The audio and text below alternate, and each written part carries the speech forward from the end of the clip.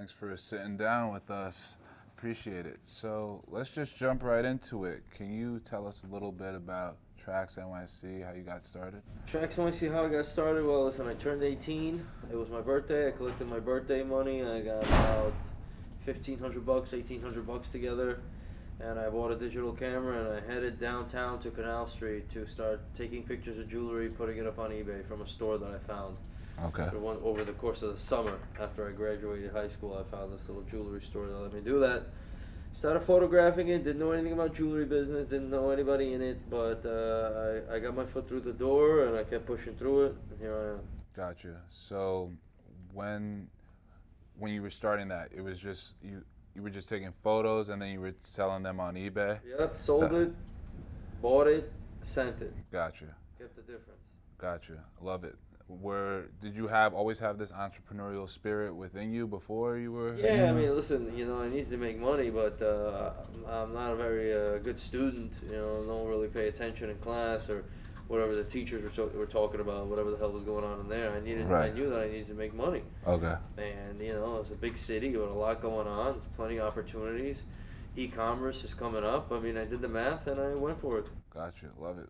Where did you grow up beforehand? I was born in Baku, Azerbaijan. That's in the Middle East. Okay. North of Iran, south of Russia. And then I came here in '94, I believe, when I was 7 years old. Okay. Gotcha.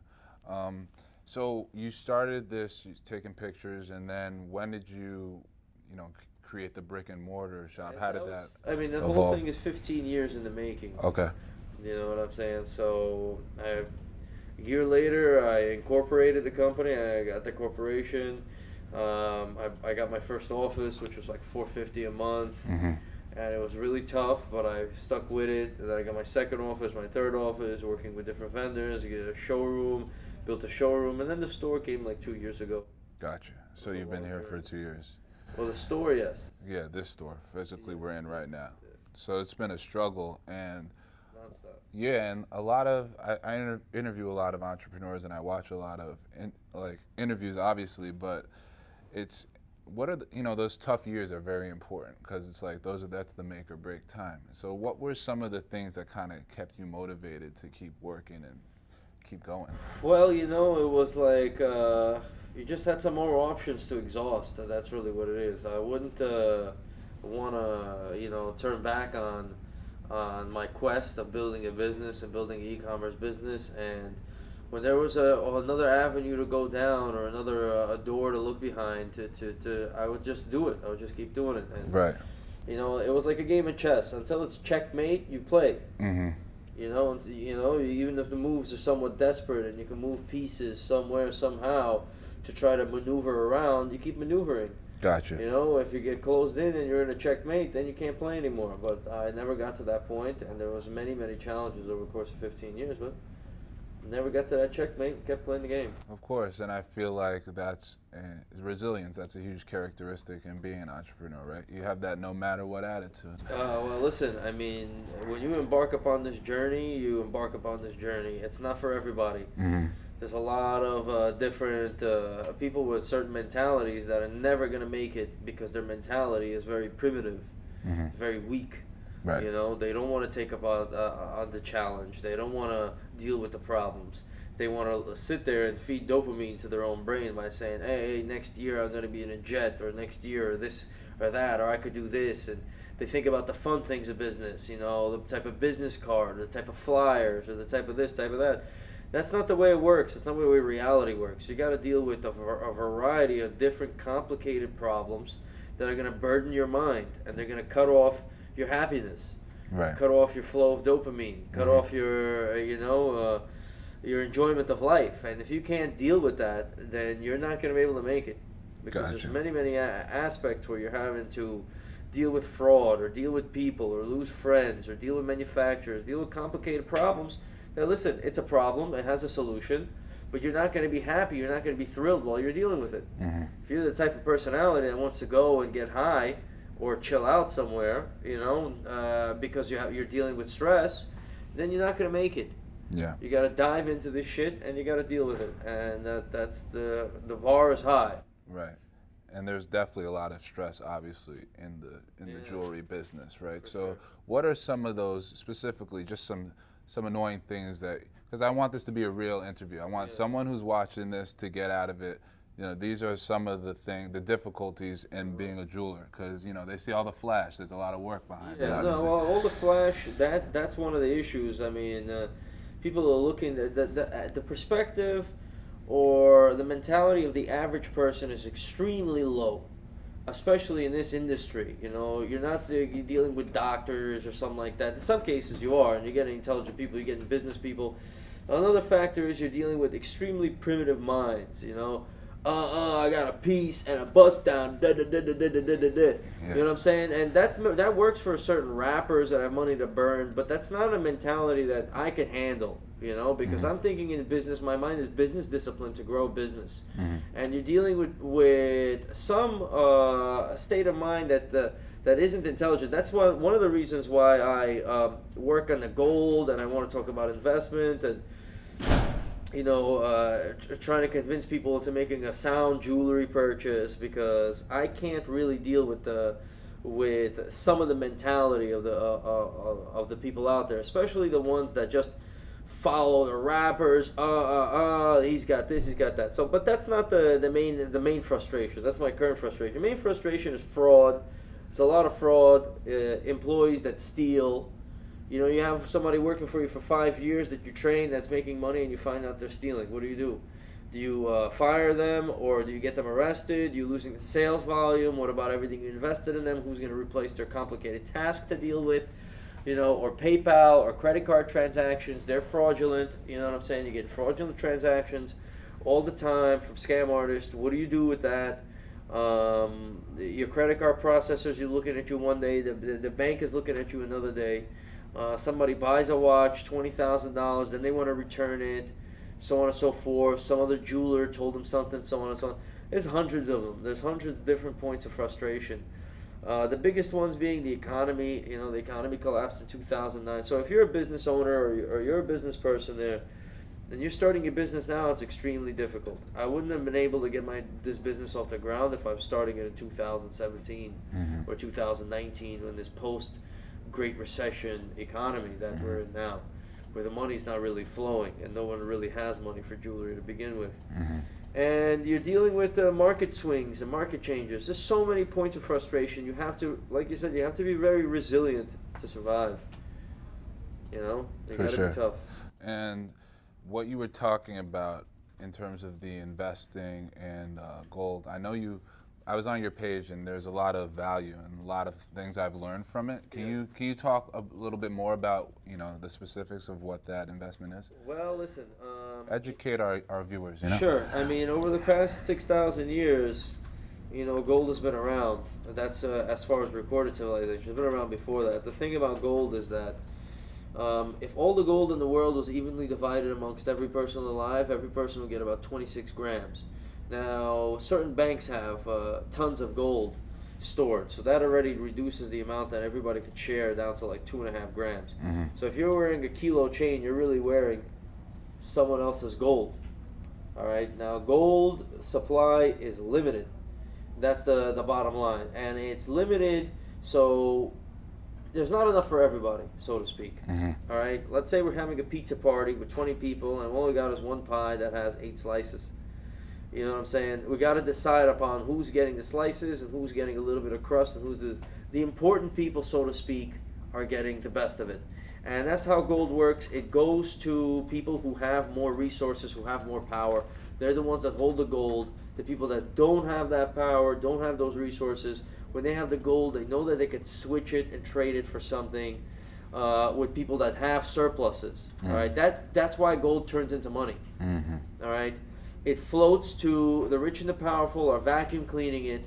So now if you have a little bit of it, you could bring it to some place where you could get something out of it in return. Right. All right, whatever surpluses that they have. And that fuels this mass desire for gold.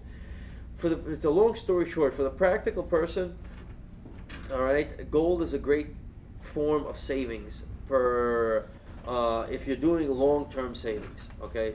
If a person is making $1,000 a week or something like that, a large portion of everything they save or what they make, a certain portion has to be saved forever.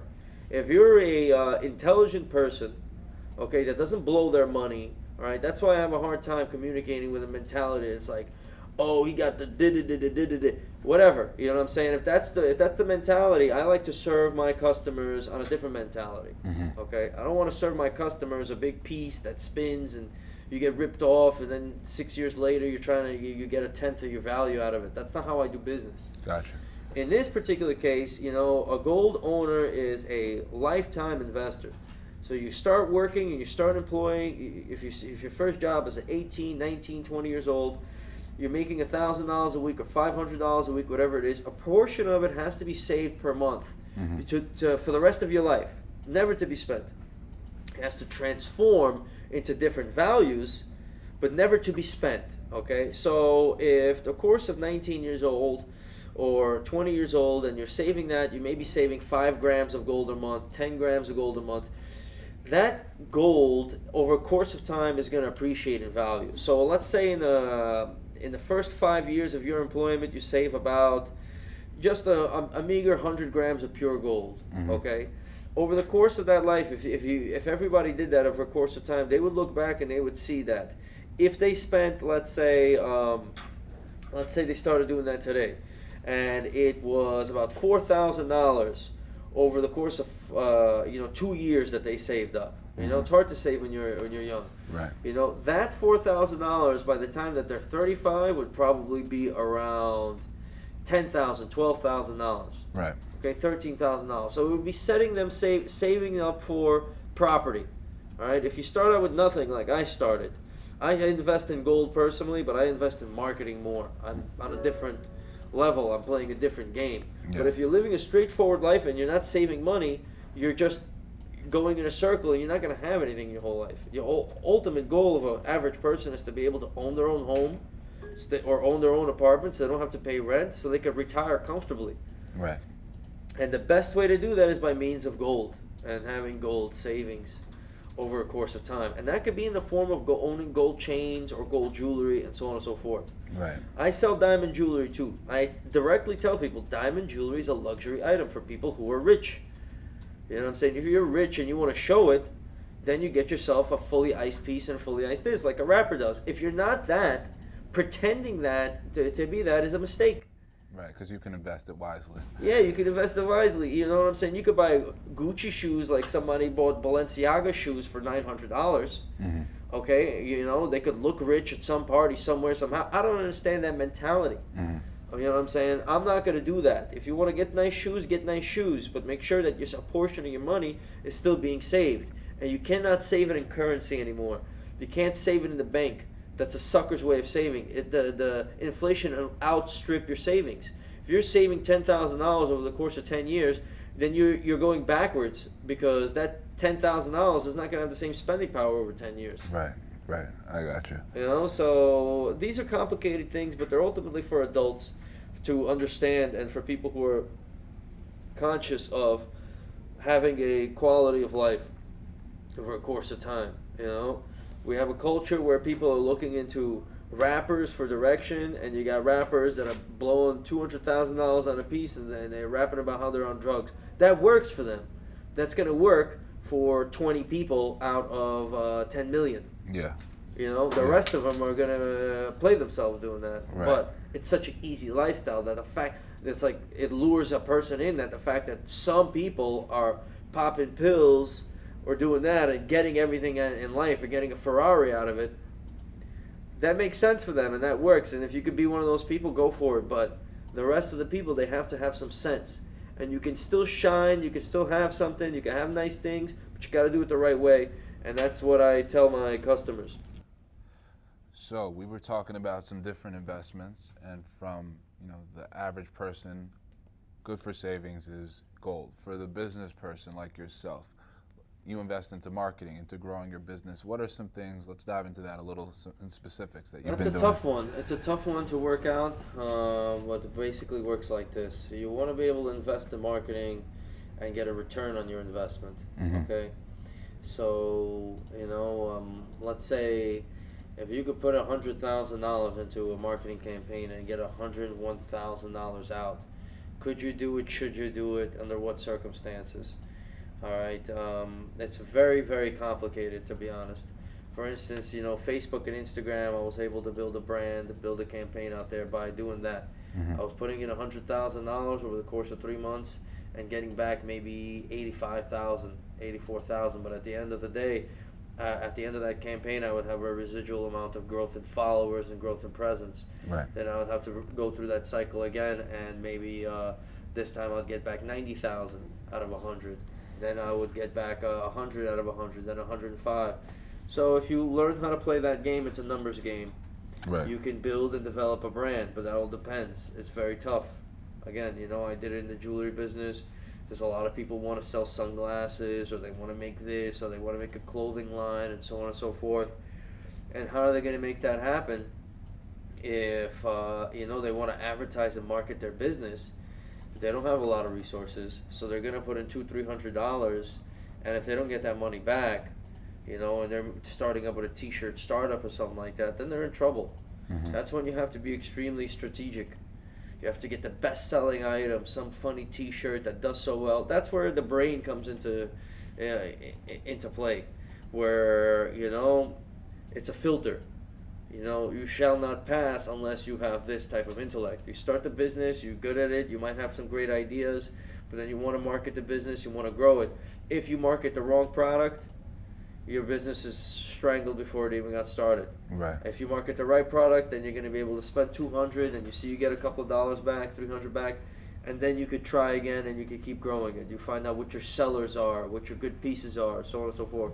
With no experience, and especially with the market, the economy the way it is, it's extremely difficult. You got to be very, very careful. That's why so many people are pigeonholed into having a regular job. They want to start a business, start a market. You could get lucky. You could be a creative, work with some influencers, give them a portion of the business. Then you have to deal with people who are doing the right thing, doing the wrong thing, so on and so forth. So that's that. Me, I spent about a couple of $1 million advertising this business. Gotcha. When I was only able to do that, I didn't have a couple of $1 million. I had $1,500 when I started. Right. Well, I was able to do it $1,000, $2,000 at a time, get a ROI, do this, do that, and it's only because I have a knack for understanding these complicated equations and these complicated transactions where I have to market a business and get a return on an investment. Gotcha. If I wasn't able to do that, or I wasn't able to fight that learning curve, business would get strangled out. Gotcha. So that's appreciated, because that's important for people to understand. Like those, you're not always winning when you're marketing, but like you said, the residuals can eventually get you into the positive with it. The way you wanna do that is the way you wanna market a business is to be in a business where there's very little competition.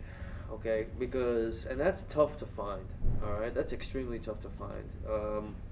Because if you're in a very high competitive business, there's a lot of advertisers already in there, and you have to put your dollars up against theirs, certain place, certain time. You got to find a way to compete in a place that doesn't have that many people attacking it. Mm-hmm. Those types of businesses, clothing, watches, jewelry, all this stuff, shoes, whatever. It's very, very competitive. There's a whole plethora of people trying to make it. You have to have a serious competitive edge, or else you're never going to have nothing. Right. And that is the fundamental aspect of it. Maybe some businesses that don't have a lot of competition that might do better than others. I wish I could name what they are, but if I knew what they were, I would be in them. In terms of your day-to-day, like what do you spend most of your time on in growing your business? Right now, what's been most successful is my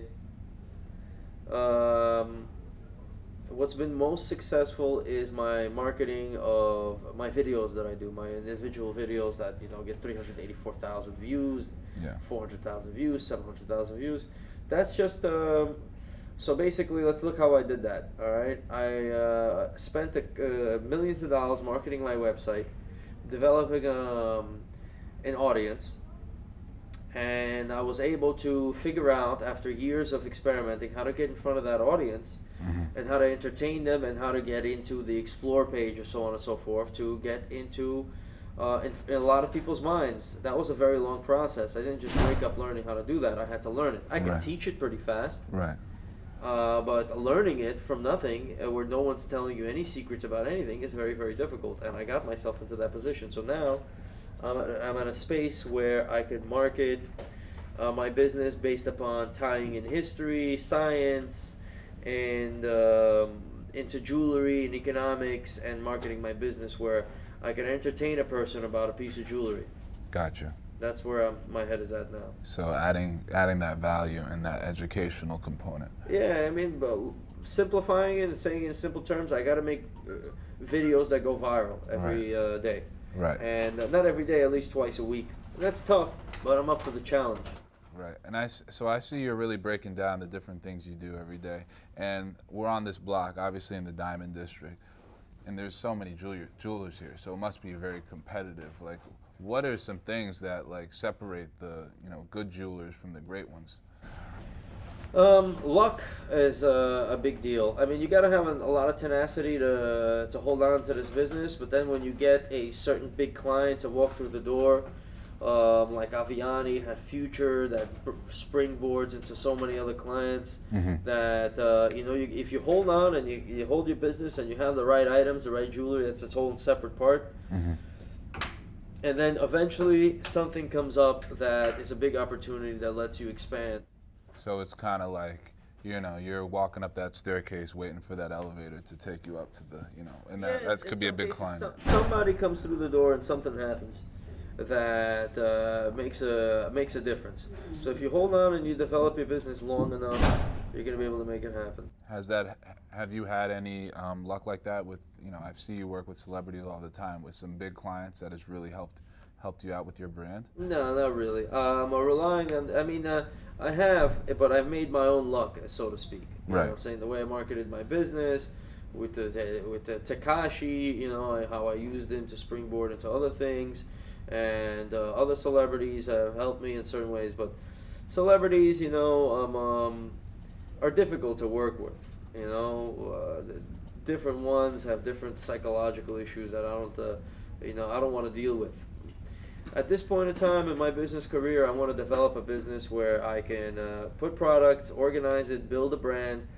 Clients come, they deal with sales and service, close the transaction, we get them the product gets manufactured. It doesn't have me having to go to a celebrity and go, and this and that, and I want a piece like this, and it's all a bunch of, I don't have time for that. I don't have that type of energy. I can't dumb myself. Somebody, like, I don't want to name who, but they come over here and then be like, oh, I want to fully ice Miami Cuban, da-da-da-da-da-da-da-da. I'm like, yeah, me, I want to sell them a product that's useful, and that's correct, and, and I want to explain to them.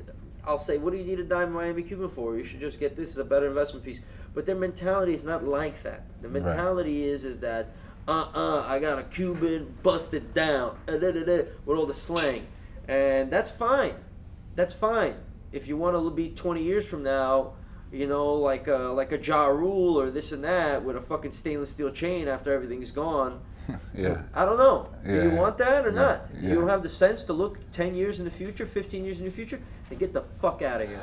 I hear you, and I think one of the reasons, a lot of these people you work with, they came into that success really quick, right, overnight, and you've been building a business here for 15 years, so, it's completely two dynamics, Yeah, it's hard for me. I'd rather have some salesperson deal with it and deal with them. It's hard for me to deal with that mentality. I can't get on it. I hear you. I don't want to get on it.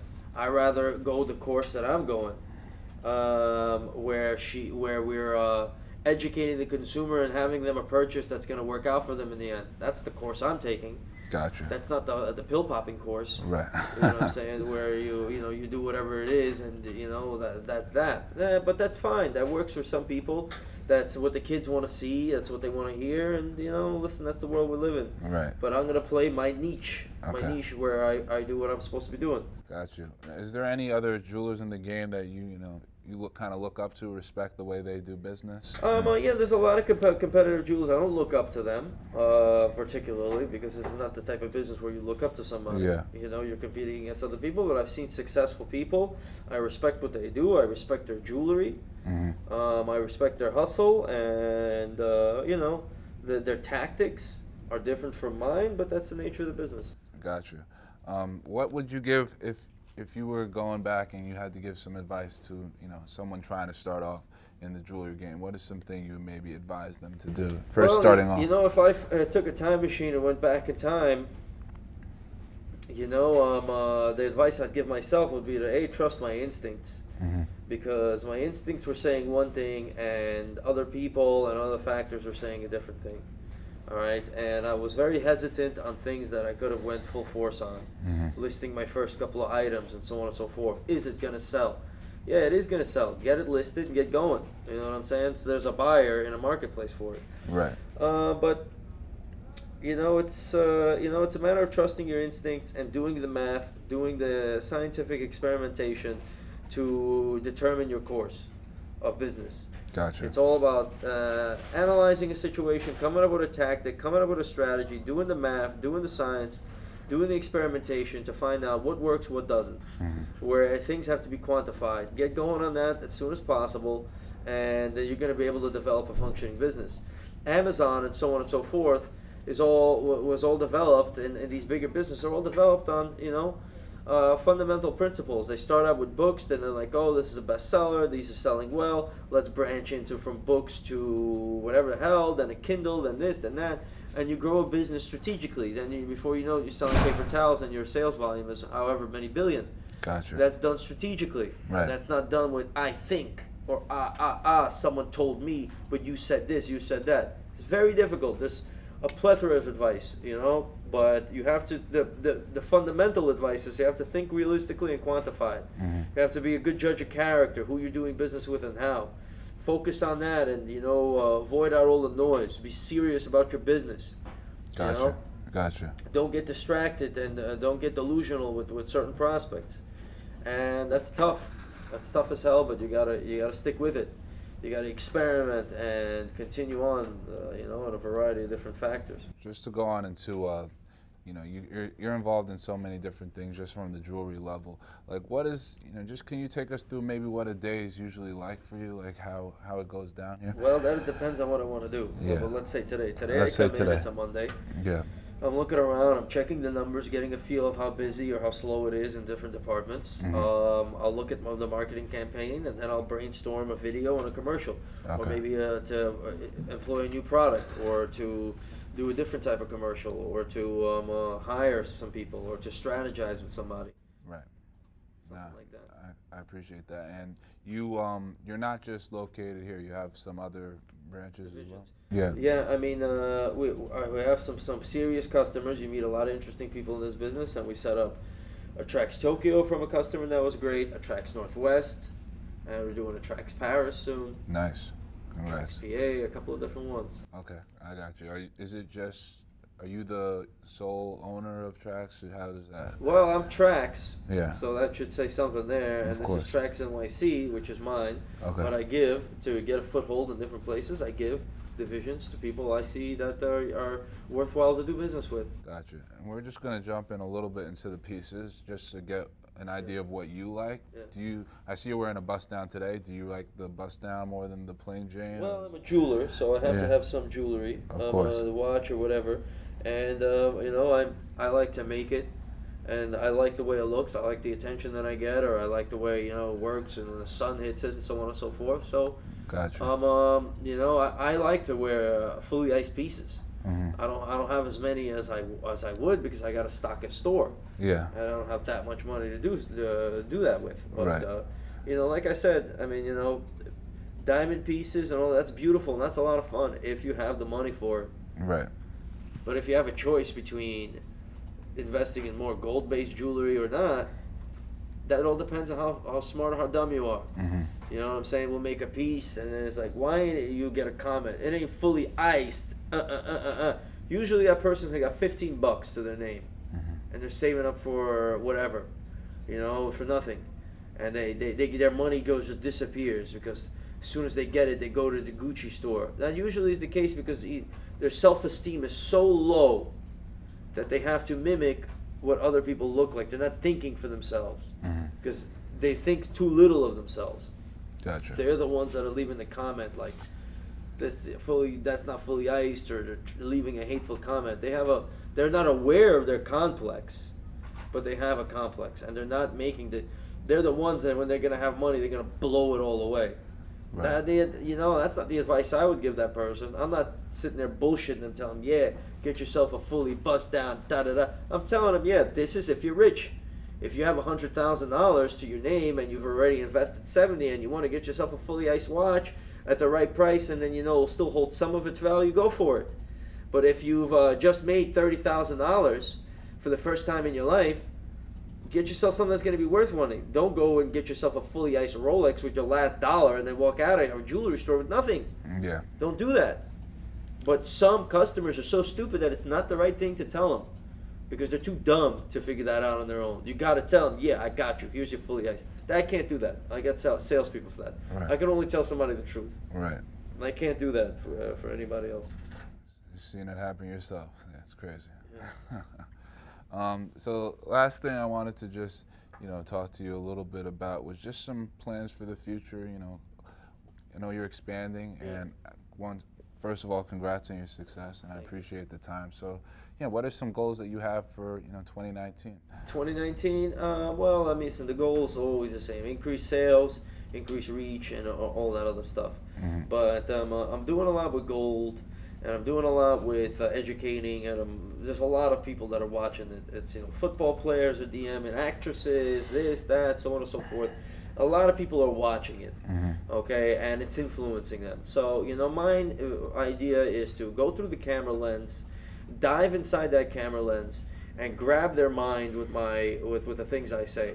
All right, just grip it and not let it go. You know what I'm saying? Drag them into my direction and into my influence. Gotcha.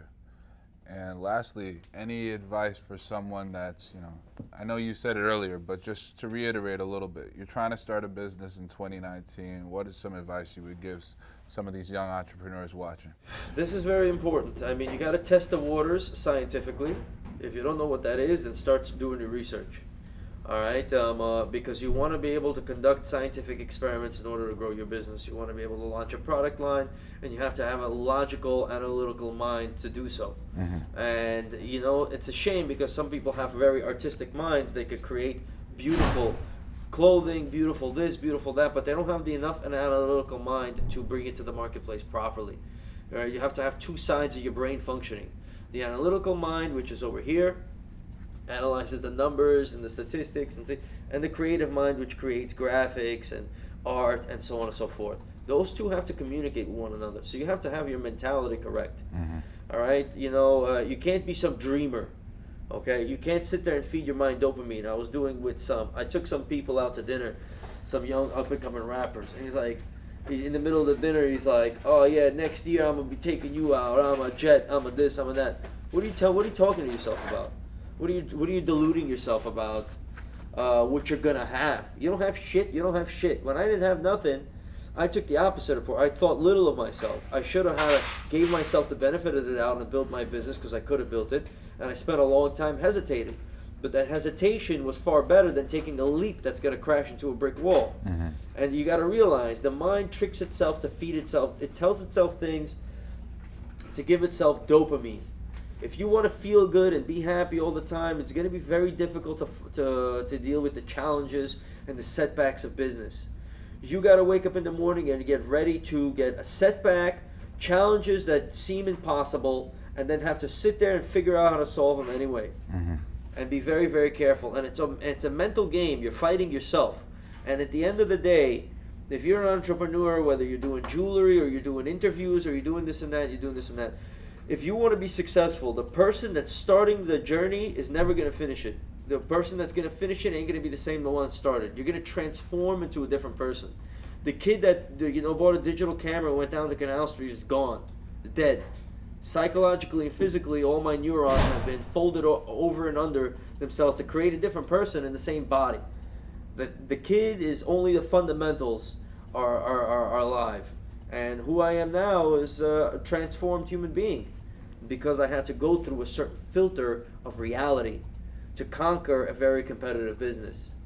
And that can happen to certain degrees depending on the competition that you're dealing with. But this business transformed me into a realistic thinker, and you got to prepare yourself for that transformation. That's amazing. I'm ready to grind right now. Yeah, I hope so. I hope so. No, seriously, thank you for the time, and this was great, very insightful. Appreciate you dropping these gems for us. 100%, man. I appreciate you guys coming through, and come back anytime. Let's do business anytime. Of course.